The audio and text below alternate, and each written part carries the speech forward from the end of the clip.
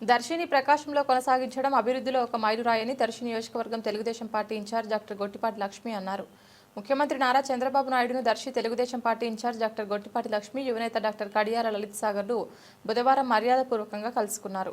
ఈ సందర్భంగా దర్శి ప్రాంత ప్రజల ఆకాంక్షలకు అనుగుణంగా నియోజకవర్గంలోని 5 మండలాలను ప్రకాశం జిల్లాలోనే కొనసాగిస్తూ తీసుకున్న నిర్ణయం దర్శి ప్రాంత అభివృద్ధికి ఎంతో మేలు చేస్తుందని ముఖ్యమంత్రి చంద్రబాబుకు లక్ష్మి ప్రత్యేకంగా కృతజ్ఞతలు తెలియజేశారు.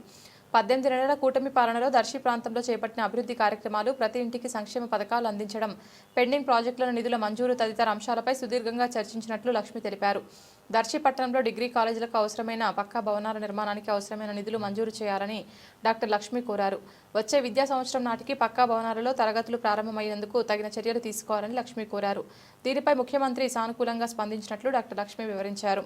2025 సంవత్సరంలో కూటమి పాలనలో ప్రజలు ఎంతో ఆనందంగా సంతోషంగా ఉన్నారని, కులమత వర్గ వైషమ్యాలు లేకుండా జీరో క్రైమ్తో ఆనందంగా జీవిస్తున్నారని డాక్టర్ లక్ష్మి సీఎంకి వివరించడం జరిగిందని లక్ష్మి తెలిపారు. జిల్లా పోలీస్, రెవెన్యూ, స్థానిక అధికార సిబ్బంది సంపూర్ణ సహకారంతో ప్రశాంతమైన దర్శిగా చూస్తున్నామని, అభివృద్ధి దర్శిగా తీర్చిదిద్దే దిశగా మీ సంపూర్ణ సహకారంతో ముందుకు వెళ్తున్నామని ఆమె వివరించారు.